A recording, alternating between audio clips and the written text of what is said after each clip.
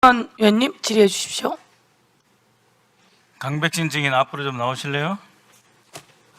네, 아까 2022년 10월 13일 압수조서 왜 이 피의자 이재명으로 했냐라고 했을 때 이미 15건이 입건이 됐다고요? 그러니까 이재명 이름 걸어서 아무거나 나오면 막 던져도 된다, 그런 이야기고, 그게 정권 출범한 지 150일 좀 안 되는데 완전히 별도로 전국 각 검사실에서 저인망으로 싹쓸이게 해서 정적 죽이기, 혈안으로 광란에 칼춤을 췄다, 이런 말이에요? 아주 똘똘 말아서 죽이려고 한 거예요? 15건의 입건이 됐으니까 아무데나 성남이든 경기도든 누구 하나 걸리면 무조건 이재명 피의자 해가지고 아무거나 압수수색해서 아무데나 다 모아놓으면 되는 거예요? 그리고 지난번에 이렇게 이야기했죠. 본인이 현안팀으로 급파된 거고 차장, 지검장, 총장에게 보고했다, 그런 이야기 했죠. 수사 중간중간에 그런 이야기 했죠. 당연히 보고를 할 거죠. 자, 이원석 증인 들어가세요. 아까 보니까 수사 내용을 지극히 상세하게 잘 알고 계세요. 그런데 어떻게 통일전선부 김영철, 정찰총국 이호남에게 현금으로 800만 달러 갖다가 바치는데 군품 수수, 잠입 탈출, 각종 가중 처벌 특가법 대상이죠, 국가보안법은. 정일공 증인 나와보세요. 시간 끊어주시고. 자, 총장이 주가 조작하는 것도 눈 감아주고, 주가 조작해서 시세 차익 얻어서 조세 포탈하는 거 특가법 눈 감아주고, 그 다음에 증인은 금융정보분석원에 있었죠, 2021년에. 예, 그렇습니다. 그 임무가 뭡니까? 외화 밀반출 차단, 그리고 돈 세탁 방지. 여기서 결국 돈하고 외화 밀반출은요, 미국 달러화예요. 그렇죠? 미국 달러화를 현찰로 800만 달러 갖다가 북한에 바치고, 엊그저께 나온 증거에 의하면 김성태 회장님 방북 최우선 추진, 듣도 보지도 못한 방북 의전비 300만 달러, 스마트팜 500만 달러, 현찰로 간첩 총수 김영철, 해외 공작 전담 정찰총국 이호남에게 800만 달러 갖다 주는데 이원석 총장 다 알고 있었고, 금융분석원, 금융정보분석원 다 알고 있는 사람들이 왜 국가보안법 봐줍니까? 예?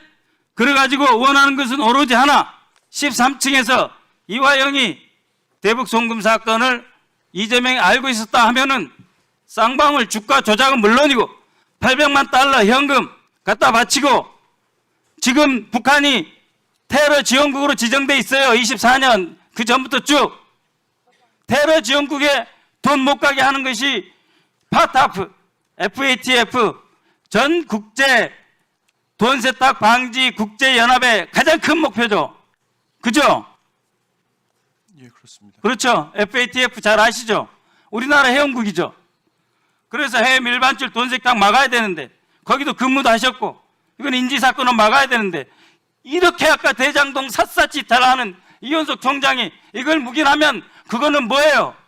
국가보안법 불구지죄에다가 기본이 특수직무유기죄입니다. 들어가세요. 김경환 증인 나오세요. 시간이 없으니까 빨리빨리 나오세요. 김경환 검사. 예. 수원지검 1315시라고 김경환 검사님 방하고 좀 모양이 다릅니까? 비슷합니까? 화면 한번 띄워줘 봐요. 수원지검은 제가 잘 모르겠어요. 제가 김경환 검사 방에 못 가봐서 물어보는 거예요. 어때? 비슷합니까? 제 방엔 영상 녹화실은 없습니다. 영상 녹화실은 없고, 보통 그러면 교도관이 저기 앉아 있다고 한다 그러더라고요. 이번에 수원지검장 말이, 저 수원지검 1313소에 오면 대개 교도관 저기 앉아 있고, 그 가운데 넓은 데가 검사 조사실이고 바로 옆이 영상 녹화실이고 거기 검사실이 있다. 문은 저 정도 위치한다. 대개 그렇죠? 그렇죠. 그런데 유동규 불러다가 협박하고 회유는 동전의 양면입니다. 그렇죠? 오래 불러다가 조지고, 여러분들 전문 용어로 불러 조지고 불러뻥 시키고 들어가라 그러고, 구치감에서 올라오면 검사를 하나님 보듯이 하죠, 피고인들이. 그런데 10월 14일 6시간 반, 10월 15일 10시간 반, 10월 16일 6시간 면담. 그 결과는 각각 4페이지, 3페이지, 4페이지, 11페이지의 면담 보고서만 작성하고 그게 수사예요? 교도관 없는 자리에서? 지난번에 그렇게 이야기하셨죠. 많은 부분은 교도관이 있었지만 나머지 부분은 따로 봤죠. 마이크 못 드립니다.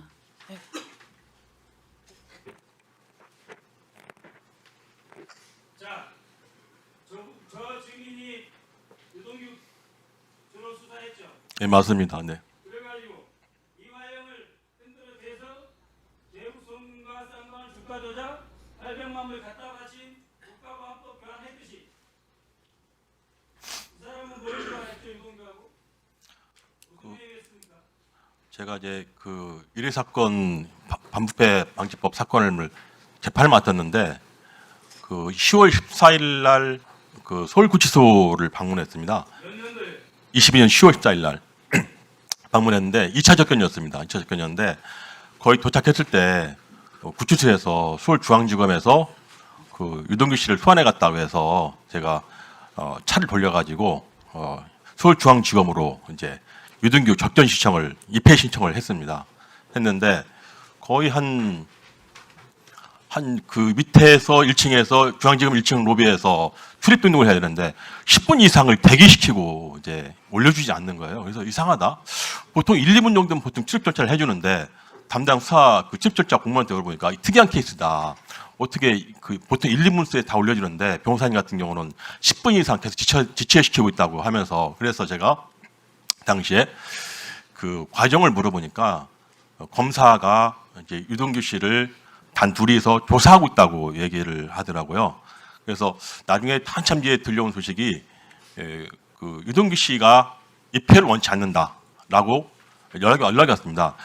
그 얘기를 듣고 깜짝 놀래가지고 어떻게 변호사가 찾아갔는데 유동규 씨가 서인계를 저한테 주셔가지고 제가 서인계 들어갔고 연락조사까지 준비하는 단계인데 어떻게 변호사 갔는데 당사자가 입회를 원치 않는다 해가지고 이거 믿을 수 없는 상황이어서 제가 유동규 씨를 직접 한번 연락을 하고 싶다라고 얘기하니까 유동규 씨 바꿔주더라고요. 유동규 씨가 그때 저한테 검사님하고 편하게 면담하고 있다라고 하면서 다음 주 목요일 정도에 석방될 거라고 웃으면서 저한테 얘기를 하시더라고요.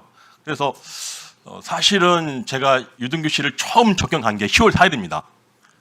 그날 이제 선임 과정을 밟으려고 처음 이제 갔는데 그때만 해도 굉장히 좀 불안해하고 굉장히 압박을 받고 있는 상황이었는데 불과 10일이 지난 10월 14일 날 2차 접견 갔는데 그때 서울중앙지검에서 소환해 갔고 그때 유동규 씨와 전화통화로 제가 1, 2분 정도 통화했는데 굉장히 검사님이 하고 자기한테 편하게 면담하고 있다. 그리고 이제 다음 주 목요일 날 석방되니까 그때 만나자고 얘기를 하더라고요. 그래서 좀 약간 그래서 이제 그래서 의뢰인인 유동규 씨가 그렇게 얘기하니까 변호사로서는 할 말이 없어가지고 맞습니다. 그때는 몰랐었는데 나중에 확인해 보니까 김경환 검사라는 걸 알게 됐습니다. 네. 예, 수고하셨습니다. 다음은 정태우 의원님 질의해 주십시오.